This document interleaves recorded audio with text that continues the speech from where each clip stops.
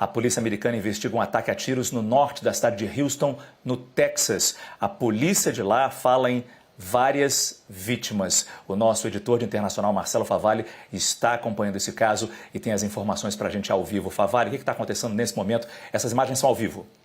Elas são recuperadas de alguns instantes da cidade de Bryan, como você falou, fica na região sul do Texas, Márcio, entre Austin e a cidade de Houston, uma cidade de médio porte. Há cerca de 2 horas, a polícia local recebeu um chamado de que uma pessoa teria atirado contra um público que estava ali num parque industrial.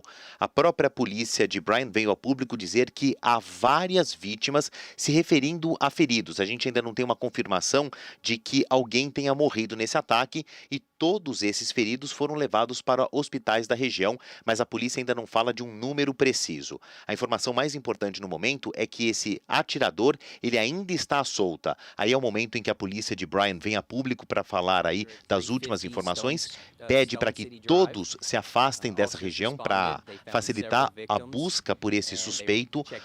2 instituições de ensino, uma universidade e um colégio de ensino médio, foram fechados porque ficam aqui nessa região atingida por esse caso, que é o terceiro registrado nos Estados Unidos no intervalo de 1 mês. A gente continua acompanhando as informações e voltamos com esse breaking news a qualquer momento, Márcio.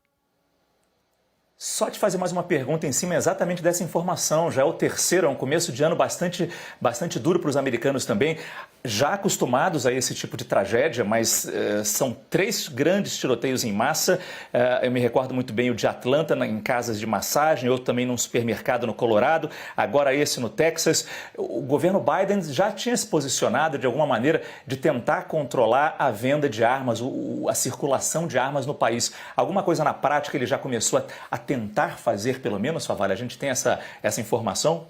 Olha, Márcio, uma infeliz coincidência, porque o próprio presidente Joe Biden falou mais cedo hoje sobre esse projeto agora do governo democrata em diminuir ou dificultar o acesso de civis, principalmente a armamentos pesados. Houve uma coletiva de imprensa na tarde desta quinta-feira, no horário dos Estados Unidos, era comecinho de tarde, depois do almoço no horário de Washington, em que Joe Biden falava justamente de algo que ele quer levar então para o Congresso e depois, quem sabe, ainda na gestão dele, ele possa sancionar uma lei ou uma mudança na Constituição americana que não impeça o americano de ter acesso a armas, que isso é prevista na 2ª emenda constitucional dos Estados Unidos, uma lei que remonta ao século XIX nos Estados Unidos.